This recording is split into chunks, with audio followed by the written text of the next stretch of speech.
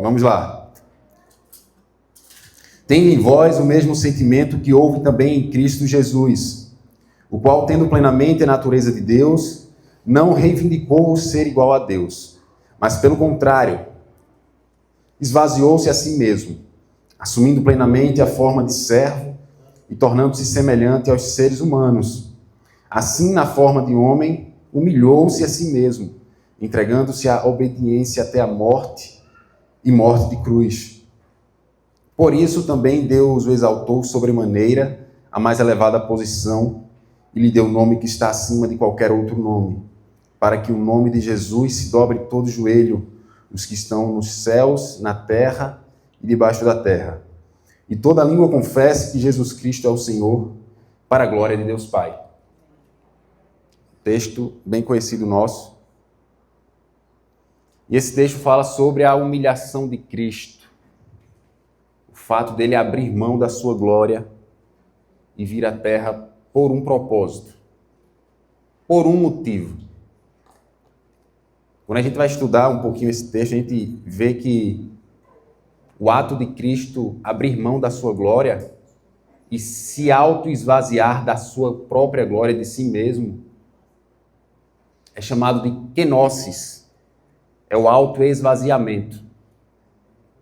E eu lembro que eu passei um tempo na minha vida que eu orava muito ao Senhor e pedia: Senhor, enche-me mais, eu quero ser mais cheio do Teu Espírito.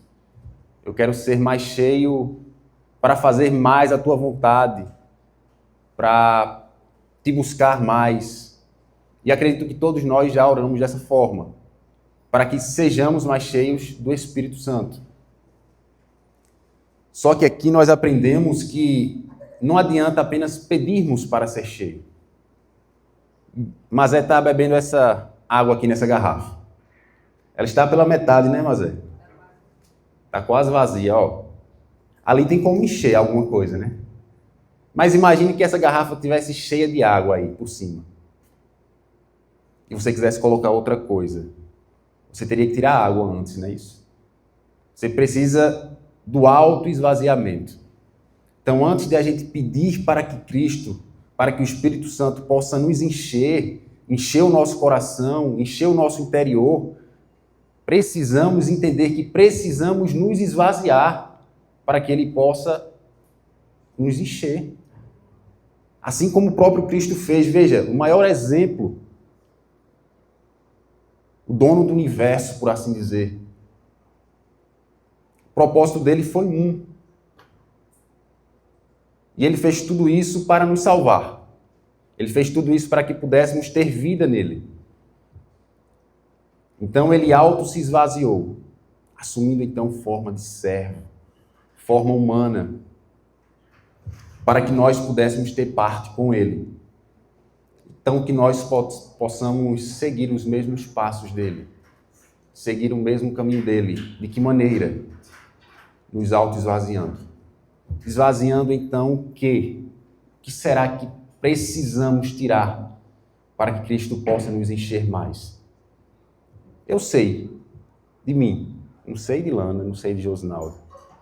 Acredito que isso é algo muito pessoal, específico. Cada um daqui sabe o que é que precisa tirar. Eu preciso retirar isso aqui, para que Cristo possa me encher mais. Isso aqui tem tomado muito meu tempo.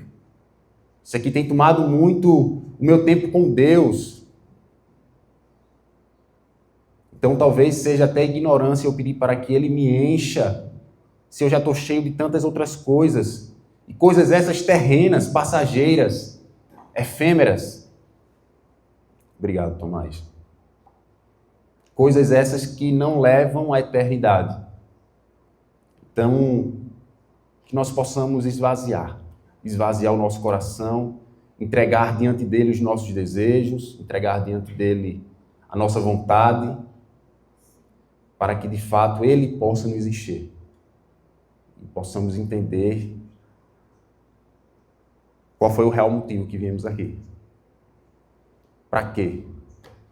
Cristo sabia por que ele veio e ele cumpriu, ele fez. Que possamos fazer isso também. Amém? Amém. Vamos lá para o texto da parábola. Mateus capítulo 13, verso 44.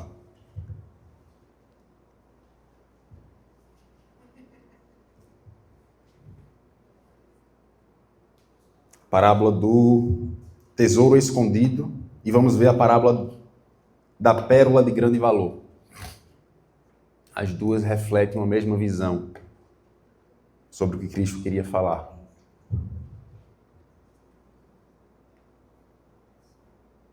Verso 44. Eu leio um, vocês leem outro. Leitura alternada, tá? Até o verso 46. São três. São duas parábolas em 3 versículos. Interessante, né? Como se pode extrair grande tesouro, como vamos ver, de apenas 3 versos. O reino dos céus assemelha-se a um tesouro escondido no campo. Certo homem, tendo-o encontrado, escondeu-o novamente. Então, transbordando de alegria, vai, vende tudo o que tem e compra aquele terreno. 45. O reino dos céus também encontrou uma cidade que procurou pérolas preciosas. E assim que encontrou uma pérola valiosíssima, foi, vendeu tudo o que tinha e a comprou.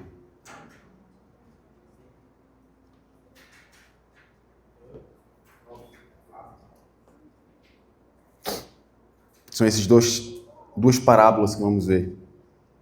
Você vê que, inicialmente, Jesus ele começa dizendo que o reino do céu é semelhante a.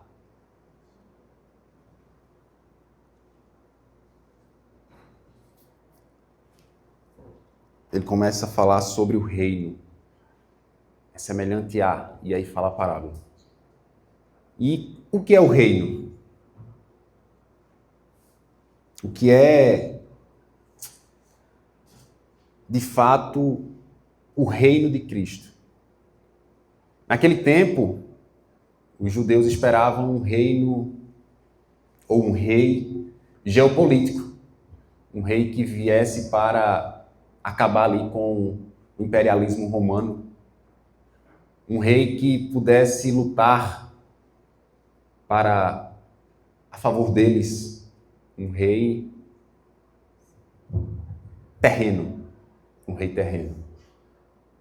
Então, Cristo, como vimos lá na primeira aula lá de Elifas, em que os judeus, os sacerdotes, os fariseus, eles estavam procurando Jesus, alguma forma de pegá-lo, né?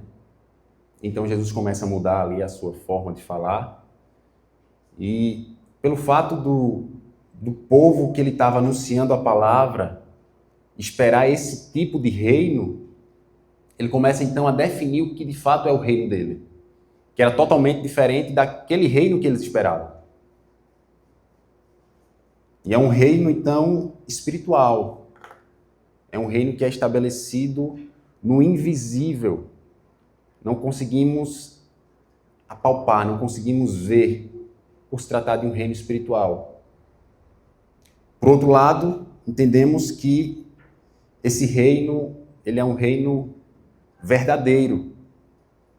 Apesar de ele ser um reino invisível, de ser um reino espiritual, em que a maioria das pessoas não consegue enxergar, e que a maioria das pessoas, ainda dentro da igreja, não conseguem entender o significado desse reino, ele existe, ele é verdadeiro.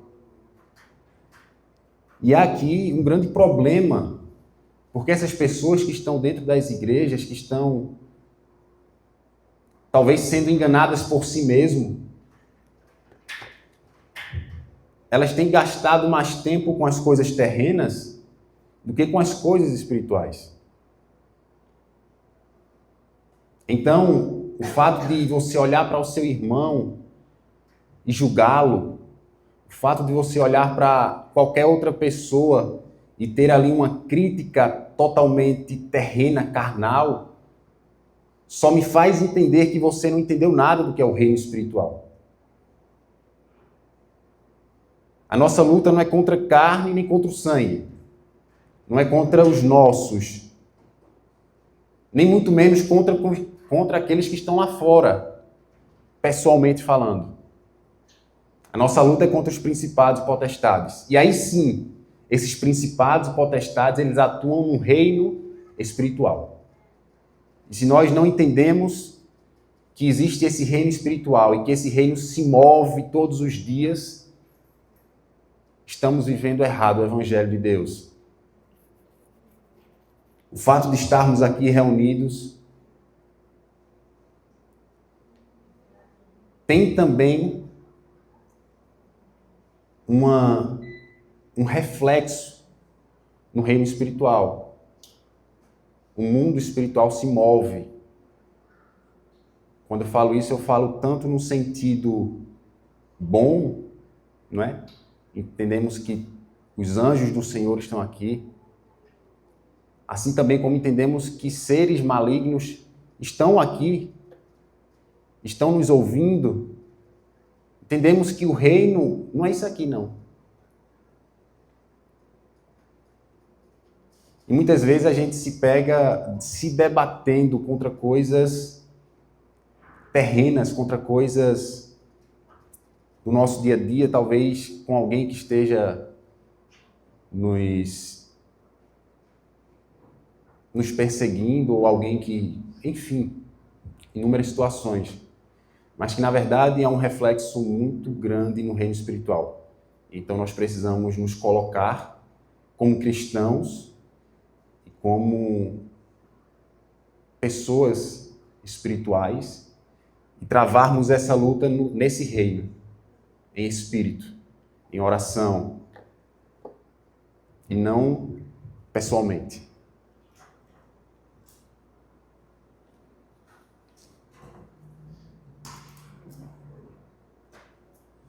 Qual seria, então, o objeto mais valioso que você tem? Por que eu estou dessa pergunta, né? Qual seria o objeto mais valioso e o que você daria em troca dele?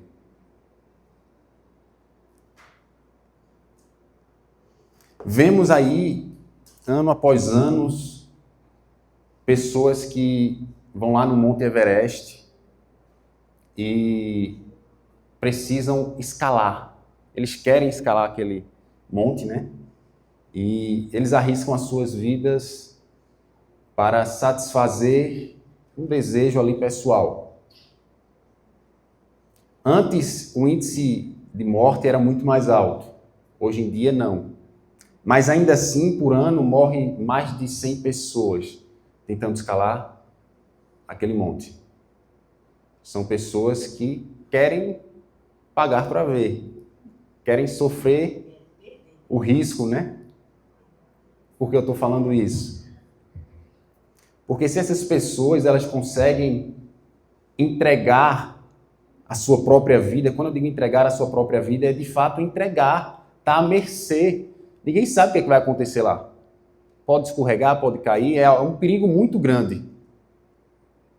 Então elas estão dispostas a arriscar a sua vida, o que elas têm de mais valioso, para viver uma aventura, para viver algo, talvez, que aflore a sua adrenalina, para que possa guardar memórias. São inúmeros motivos. E essas pessoas estão lá, arriscando as suas vidas, dando as suas vidas. Enquanto a nós, se essas pessoas que estão fazendo isso, estão fazendo por uma causa pessoal, egocêntrica talvez, ou, sei lá, realizar um sonho, não é? Quem aí tem o sonho de escalar uma grande montanha? Correr esse risco, né? Se essas pessoas estão dispostas a entregar ali a sua vida, correr esse risco, quanto mais nós deveríamos estar dispostos a entregar a nossa própria vida, a entregar o melhor que temos. A pergunta inicial sobre o que é que você tem de mais valioso nos faz refletir, talvez, inicialmente, em algo material. Mas as coisas materiais são todas passageiras. As coisas materiais são todas efêmeras. Temos hoje e amanhã talvez não tenhamos. E então a pergunta fica: se as coisas passageiras não é o que nós temos de mais valioso, aparentemente, por que damos tanto valor a essas coisas? Por que será que gastamos tanto nosso tempo com essas coisas? Investimos tanto esforço, seja no nosso trabalho. Eita, a gente tem que ser um funcionário incompetente? Não. Temos que fazer as coisas com excelência. Mas entendemos que se nos esforçamos tanto por coisas tão passageiras, tão fúteis, por assim dizer, que não diz respeito à nossa eternidade, porque não estamos gastando também essa energia, essa força, o nosso comprometimento em coisas eternas? Por quê? Qual será a visão que nós temos de reino?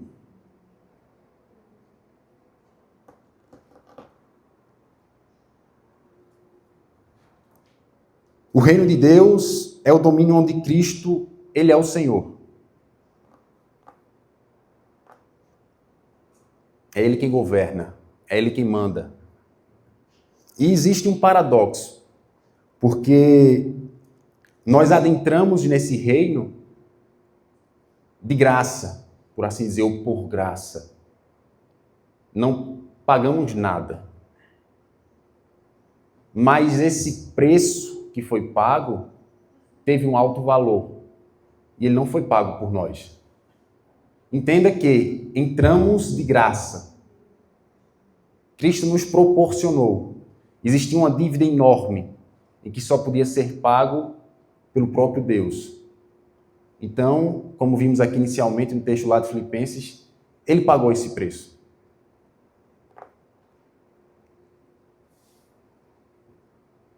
Porém, foi um preço muito alto. Foi um preço que custou a sua vida.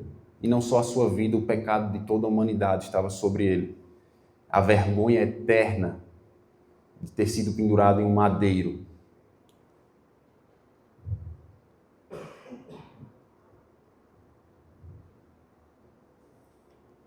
Como eu sei que eu estou no reino de Deus? Como eu sei que eu estou vivendo esse reino?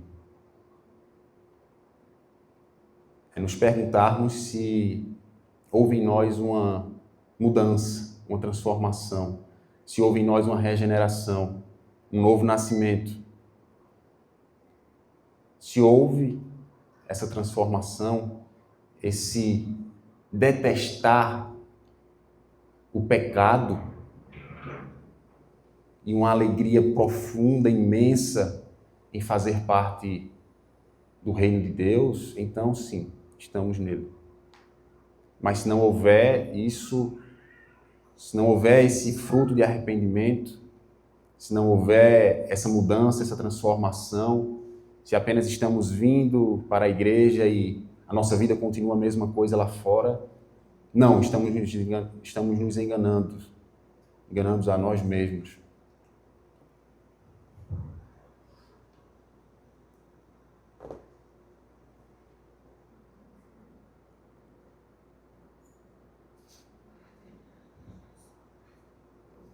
Entramos então na parábola, especificamente falando. Ele fala que o reino dos céus é comparado a... E ele fala de uma parábola.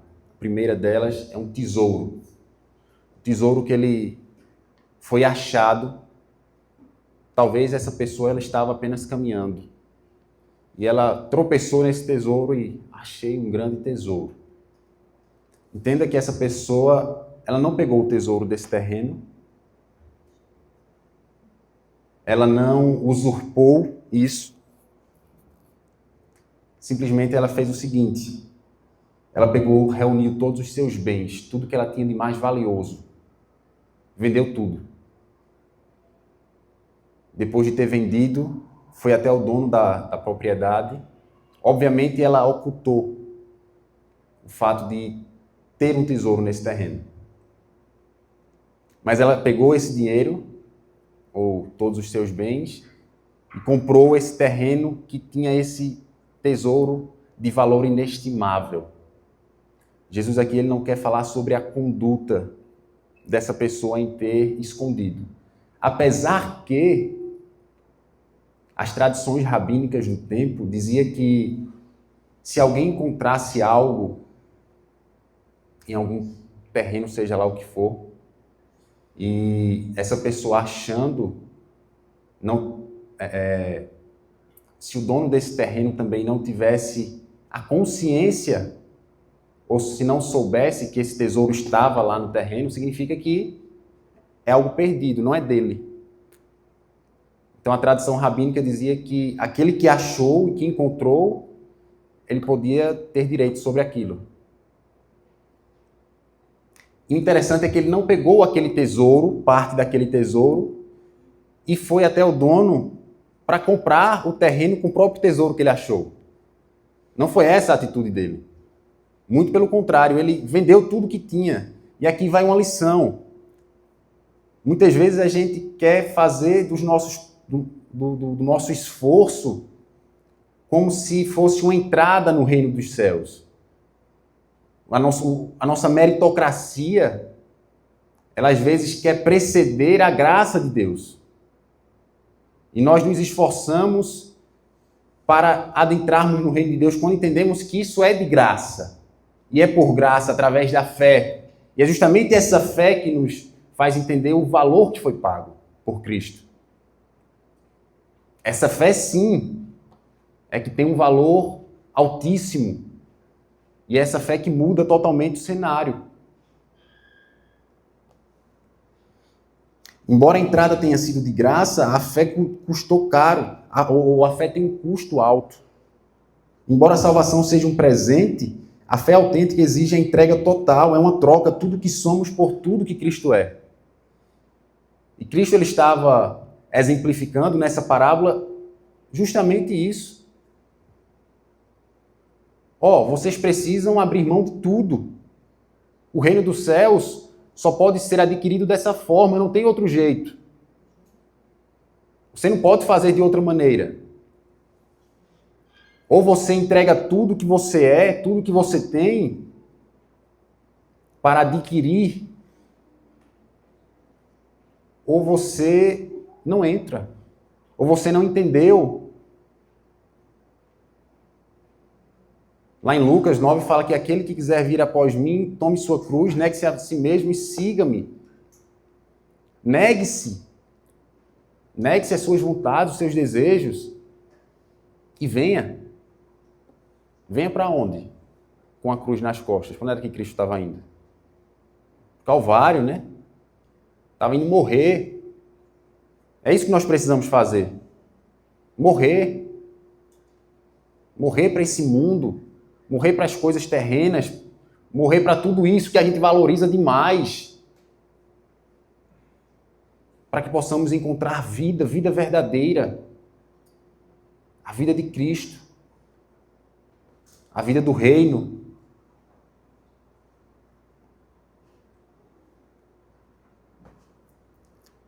Naquele tempo não existia bancos, como hoje existem, que nós guardamos o nosso dinheiro nos bancos.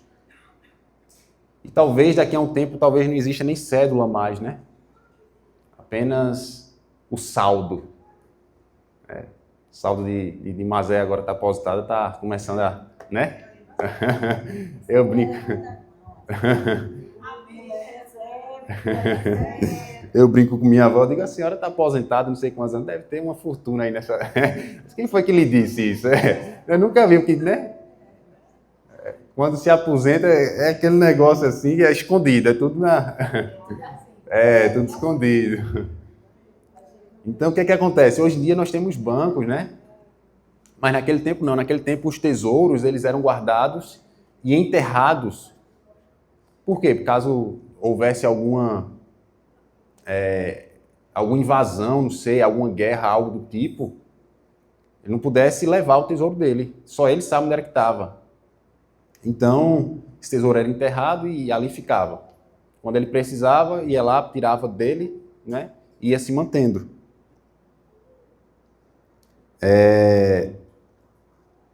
Quando esse homem tropeça nesse tesouro, entendemos que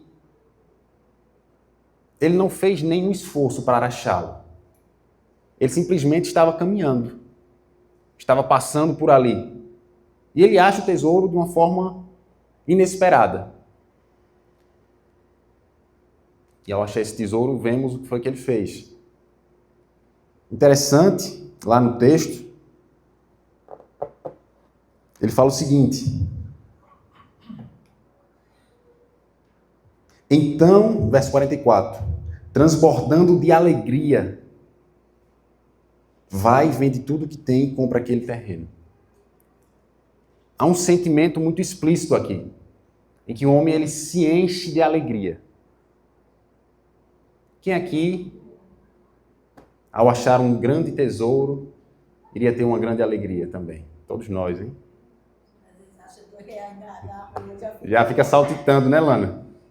Eu lembro quando era mais novo, eu andava olhando assim para a rua para ver se achava uma... Era para baixo, né? Olhar para baixo, ver se achava alguma coisa. Qualquer coisa, você está no lucro. Mas entenda, Jesus ele quis mostrar que esse homem ele faz isso com alegria. Ao encontrar essa grande dádiva, esse grande tesouro, ele se enche de alegria. Esse é o sentimento que deve permear o nosso coração. Não uma alegria passageira de encontrar um tesouro que se acaba, um tesouro terreno, mas uma alegria eterna de encontrar um tesouro eterno, de valor inestimável, que se chama salvação. Remissão de pecados. Deveríamos estar alegres dia após dia, acordarmos com um sorriso de orelha a orelha, por sabermos que somos salvos, por sabermos que adquirimos esse tesouro. Talvez muitas vezes sem nem procurá-lo. Apenas estávamos andando e cada um tem sua experiência aqui, como foi que foi alcançado. E uma pessoa chegou até você e lhe apresentou a palavra. Talvez você, não sei qual foi a sua experiência. Mas às vezes nós não estávamos nem procurando. E achamos, encontramos. E essa alegria deve preencher o nosso coração de tal forma que ela deve continuar quando precisamos nos desprender das coisas que temos. Essa alegria ela deve perpetuar quando precisamos abrir mão daquilo que temos para adquirir esse novo tesouro.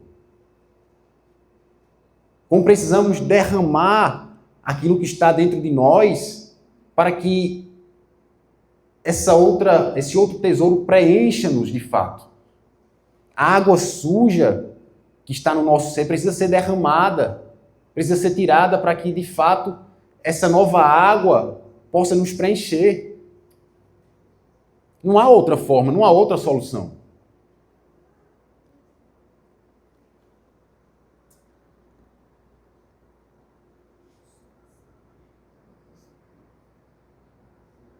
A renúncia dos nossos bens não deve ser um fardo,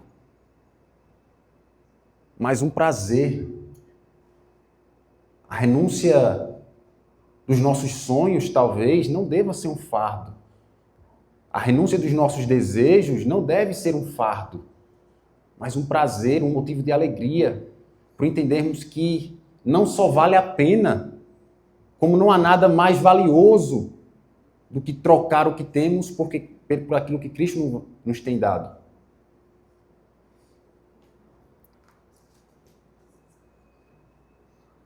A outra parábola fala da pérola.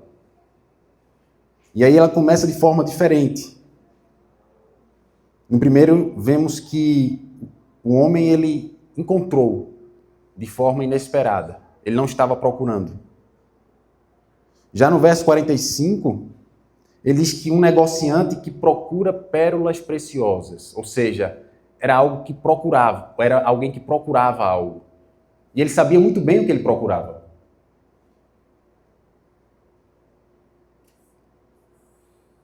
E assim que encontrou uma pérola valiosíssima, foi, vendeu tudo que tinha e a comprou.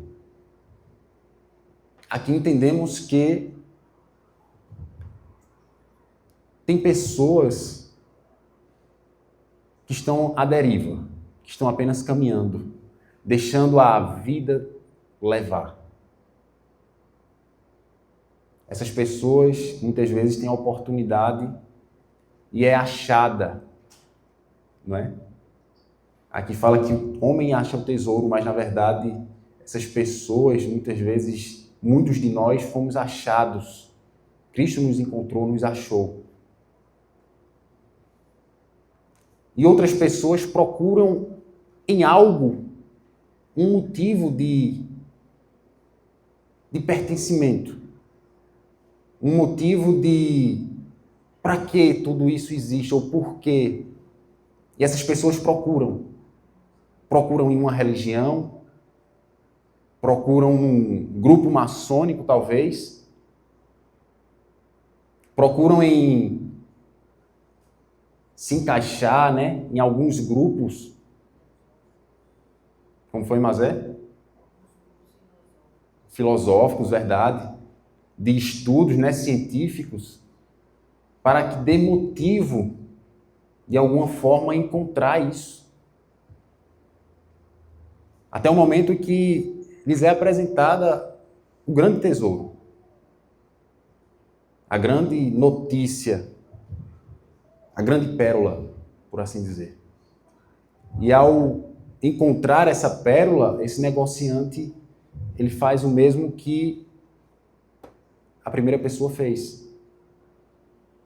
Pega tudo que tem, vende e compra, adquire.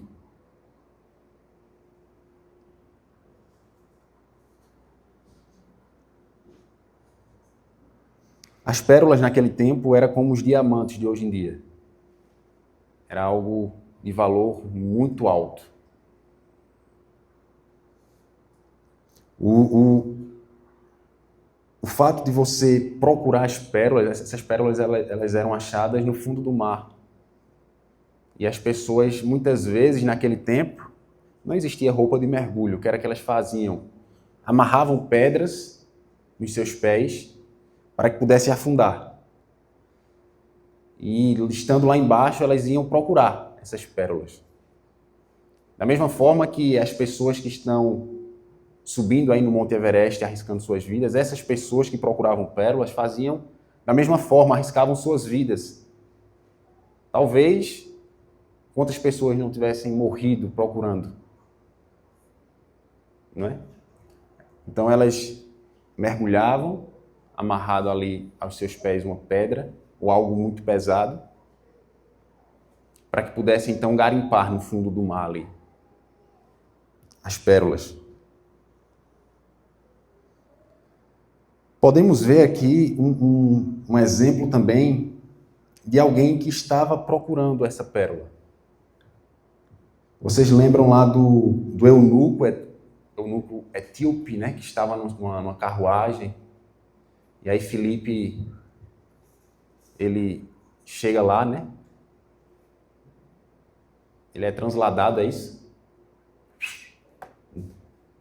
Chega lá e ele pergunta, você entende o que você lê? Ele estava lendo a palavra, né? Se não me engano, no profeta Isaías. E aí ele diz, você entende o que lê? Eu disse, não entendo não. Disse, então vou te explicar. São pessoas que mesmo sem entender, mesmo sem saber, estão até procurando e não conseguem entender. Então se apresenta-se o reino para eles, o reino de Deus.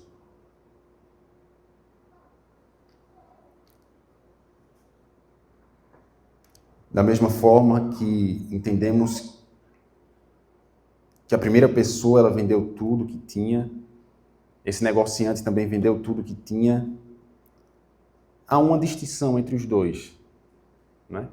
Que é justamente isso que vimos. O primeiro ele não estava procurando. São pessoas, talvez, naquele tempo, os gentios. As pessoas que não queriam nada, não esperavam a volta do Messias, não esperavam o rei prometido. E existiam aqueles que procuravam algo, que aí eram os judeus, aqueles que esperavam. Vocês conseguem entender que da mesma forma que os gentios precisam abrir mão de tudo para ter a vida em Cristo, os judeus também precisam fazer isso. Isso significa que não há grego, como Paulo fala, não há bárbaro, não há qualquer outra raça, não há nada, nada. Porque o amor de Cristo consegue alcançar a todos. Mas da mesma forma que aqueles que esperavam Cristo precisavam abrir mão daquilo que ele tinha, de vender tudo que tinha, os gentios também precisavam fazer isso. Ou seja, não existia para vocês têm acesso livre, um privilégio. Não existia isso. Entendemos que Cristo veio para os seus, não é isso que fala lá em João, capítulo 1, se não me engano, veio para os seus, mas os seus o rejeitaram. Veio para anunciar o evangelho aos judeus, né? Vimos outra passagem que uma mulher, ela chega até Jesus, a Sirofenícia, né? Diz, eu estou precisando disso aqui, quero que você cure. Diz, eu não vou tirar o pão desse aqui para dar para você, não. Você vê tamanha fé que aquela mulher teve. Ela disse, Senhor, mas eu preciso, eu necessito. E aí ele diz, não é legal eu tirar o pão dos filhos para dar para os cachorros. Veja que dura palavra Cristo deu para essa mulher. O que é que vocês acham? Que dura palavra. Aí quando você pensa que essa mulher ela se deu por vencida, aí ela diz, Senhor, mas até os cachorros comem das migalhas que caem da mesa de seus senhores. Cristo se impressionou, né?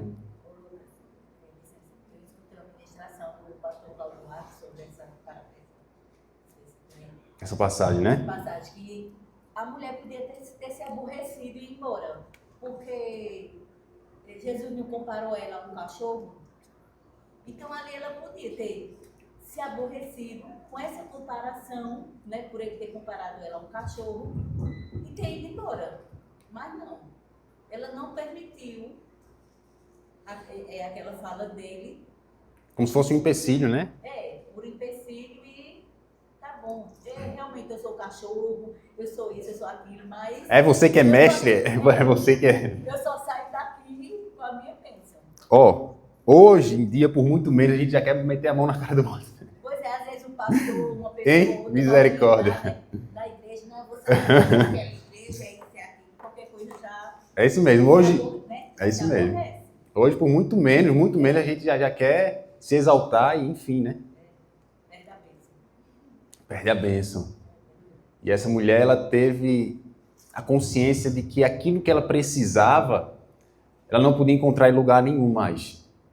Talvez ela já tivesse procurado em todos os lugares. Assim como a mulher do fluxo de sangue, que tinha vendido tudo, tinha ido aos médicos, não é isso? Para ver se conseguia ali ser curada. Você vê que toda a trajetória de Cristo, ela nos fala sobre um autoesvaziamento. E todas as pessoas que foram alcançadas foram pessoas que se humilharam perante Cristo. Quando o jovem rico chega até Jesus, ele diz, eu tenho feito isso, isso e isso. Ele meio que dá uma carteirada ali, ou dá o currículo dele, né? Ele diz, o que é que eu faço para ter a vida eterna? Entenda que ele estava fazendo as coisas. Eu obedeço a lei, eu faço isso, eu cumpro os mandamentos. E por que ele está perguntando como é que faz para ter a vida eterna? Será que isso não é o suficiente para ele? Ele sabia que ele não tinha a vida eterna ainda, mesmo fazendo tudo isso. Jesus disse, você não sabe o que é que tem que ser feito? Ele disse, mas isso eu já faço. Ele diz, então te falta uma coisa, vende tudo que tem e segue-me. Em outras palavras, Cristo estava dizendo, abre mão de tudo. Quer ter a vida eterna? Quer ter salvação? Entenda que não há nada mais valioso seu, que está na sua mão, na sua vida, do que o fato de estar diante de mim, estar junto de mim. Não há nada. E essa é a grande questão, porque talvez se Cristo nos pedisse o que temos, a gente talvez até fosse insinuar que era o diabo que estava falando, né? Gente, tudo que eu tenho. Talvez Abraão, se não tivesse um relacionamento íntimo com o Senhor e não soubesse identificar a voz do Senhor, ele talvez tivesse pensado de que aquela voz que falou com ele não foi de Deus, não. E como é a história? Deus me fez uma promessa, ele cumpriu a promessa, eu estou de posse da promessa, meu filho Isaac está aqui, criado, com saúde, e aí ele diz, agora eu quero que você suba lá e sacrifique o seu filho. Eu digo, não, isso não é Deus que está falando, não. E às vezes nós somos compelidos a isso, confrontados a isso. Quando Deus quer que façamos algo que a gente... Não, cara, não tem condição. Como assim? Mas isso era meu sonho, eu orei tanto por isso. O Senhor até aprovou. Isso não impede dele pedir de volta, impede? Às vezes a gente tem um falso pensamento de que aquilo que Deus dá, no que diz respeito aos bens, aquilo que queríamos tanto, aquilo que oramos tanto, ele não vai pedir de volta, né? E aí nós vamos ver o caso de Jó.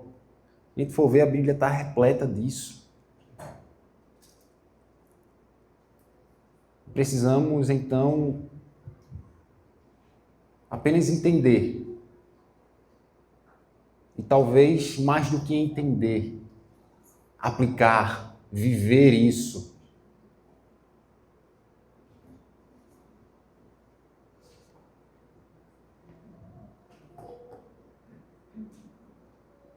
Algumas lições aprendemos aqui. Primeiramente, nada no mundo se compara a conhecer a Cristo. Cristo é de um valor incomparável. Essa é a primeira lição. Entenda, Cristo é de um valor incomparável. Nada no mundo, nada que possuímos, nada que possamos possuir, vale o seu relacionamento com o Senhor. Nada. Tudo aquilo que você acha de grande valor. Sabe um exemplo de alguém que não estava procurando a Cristo e Cristo encontrou? Paulo. Paulo não estava procurando Cristo, não. Paulo, ele pensava que já estava fazendo o que Cristo, né? O que Deus queria. E Cristo se revelou para ele. Abriu seus olhos, fechando-os. Não foi isso? Abriu os olhos de Paulo, o tornando cego. E então, lá na frente, com toda a vivência de Paulo, Paulo diz o seguinte, tudo que eu tinha eu considero como esterco, como nada, pelo grande valor da minha salvação, por eu ter encontrado algo de um valor inestimável. tudo aquilo que eu pensava que era o correto, tudo aquilo que eu pensava que era verdadeiro, que era preciso fazer, eu entendo que hoje, encontrando esse grande tesouro, essa dádiva, eu entendo que tudo aquilo era nada. Uma segunda lição, o reino ele é discernido espiritualmente. Mentes carnais estão cegas para o seu valor. Vocês lembram que os judeus esperavam um reino terreno, né? O reinado de Cristo fosse algo geopolítico, uma libertação. Porém, o reino que Cristo apresenta a eles não é um reino terreno. Não é um reino físico. É um reino espiritual. É um reino invisível. Terceira lição. A salvação não é coletiva ou nacional, mas é uma decisão individual de submissão a Cristo. É uma apropriação pessoal. É algo que, se você não fizer, Josinaldo, eu não posso fazer por você não, meu irmão. É algo que, se você não fizer, Tomás, infelizmente eu não posso fazer nada. Cada um tem a sua responsabilidade.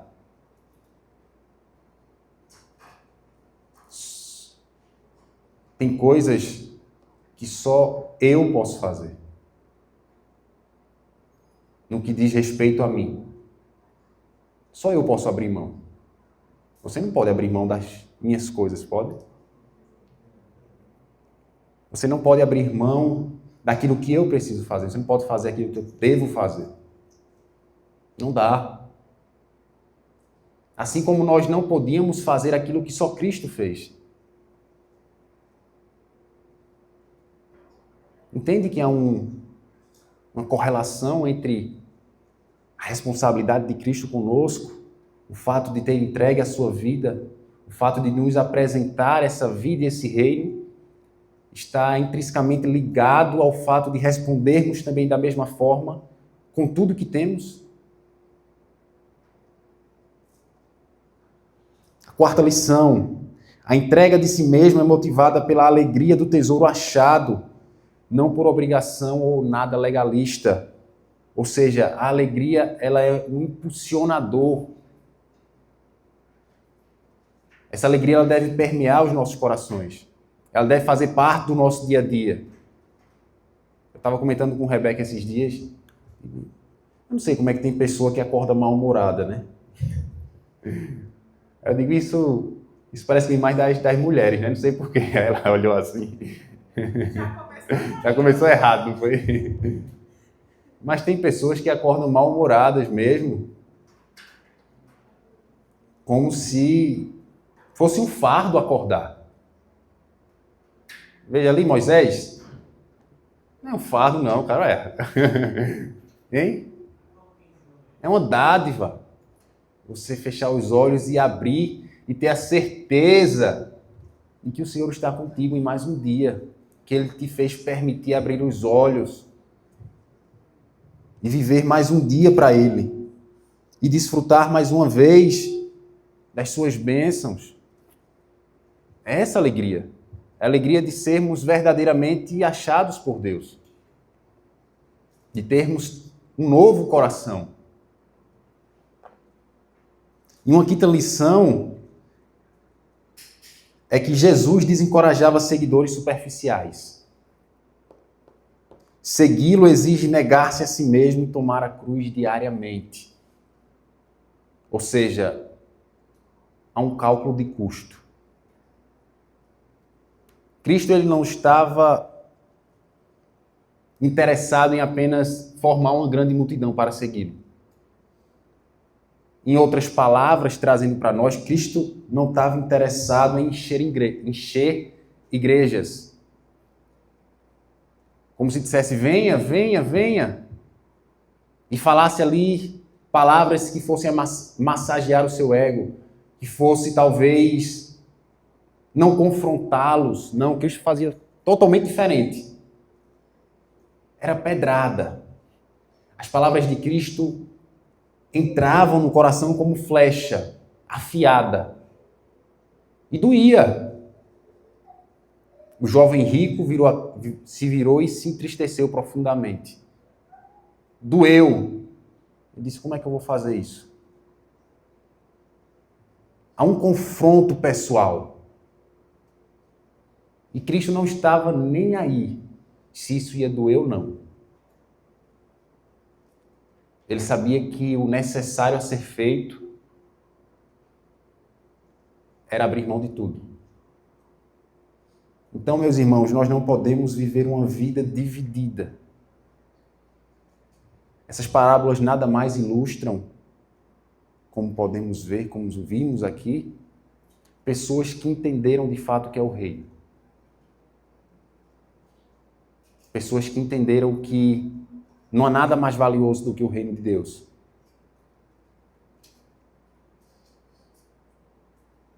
E essas pessoas, elas deram tudo por isso. A própria vida, sim. Entregar a própria vida não é o entregar agora e lá na frente reivindicá-la. Não é eu pegar a metade de um controle, dar para Jesus, dar para Deus e eu ficar com a outra metade. Ó, tu faz isso, que negócio. Tu faz o impossível, eu faço o possível, né? Não, tá correto. Tá correto. Deus faz o impossível enquanto nós fazemos o possível.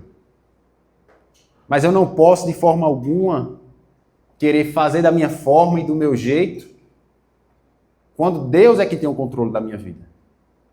Quando eu digo que eu sou servo dele.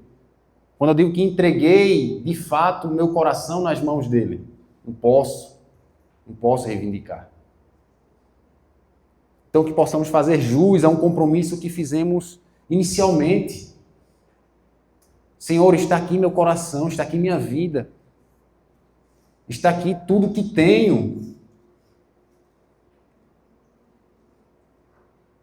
Não sei quantos de vocês já passaram por uma experiência em que Cristo pede que você desista de algo. Algo que você tinha sonhado tanto. Algo que você tinha planejado tanto. E Cristo diz, eu quero que você desista disso. Dói. Dói porque é algo que você almejava tanto. Poxa, eu coloquei isso tanto nas minhas orações perante o Senhor. E por que agora eu vou ter que abrir mão? E por que agora Cristo está querendo? Talvez isso tenha tomado tanto teu tempo. Talvez esse teu sonho tenha te afastado do verdadeiro tesouro. Talvez a tua vida ela tenha tomado um rumo totalmente diferente a partir disso. E aí Cristo ele diz, dá para mim. Né?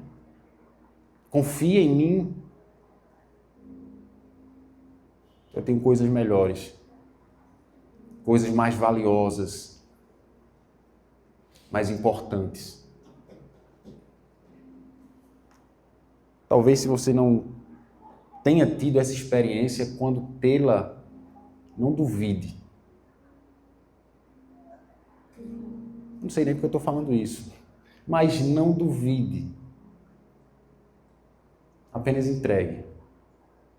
É difícil, é doloroso, mas aquele que nos deu, aquele que começou, ele vai continuar em nossa vida a sua obra. Ele não vai nos desamparar. Ele não vai nos deixar ou virar as costas para nós.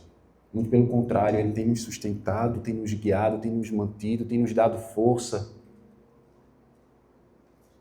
Então, tenha certeza no seu coração que o Senhor, ele está no controle de tudo. O Senhor, ele está na direção da nossa vida.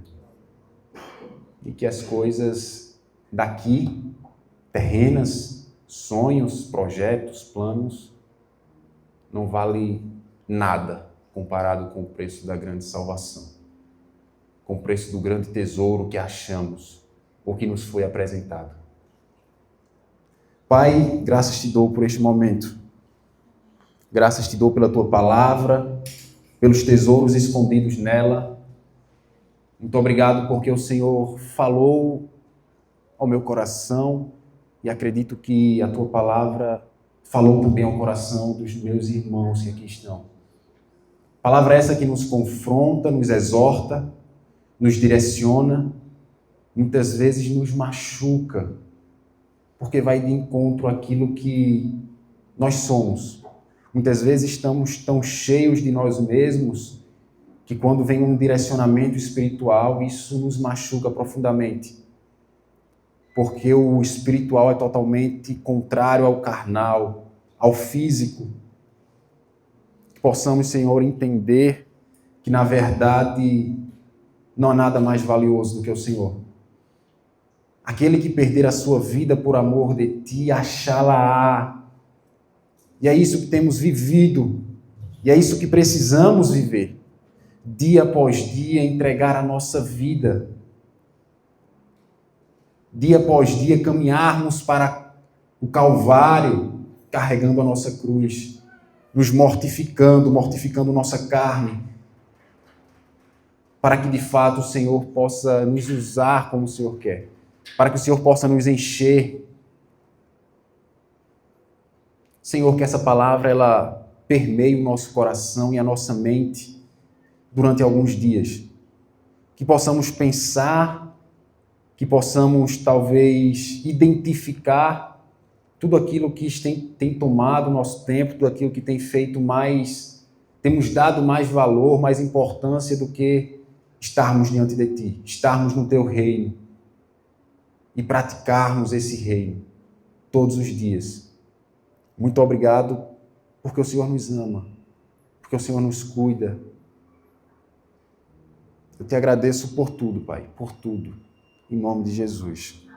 Amém.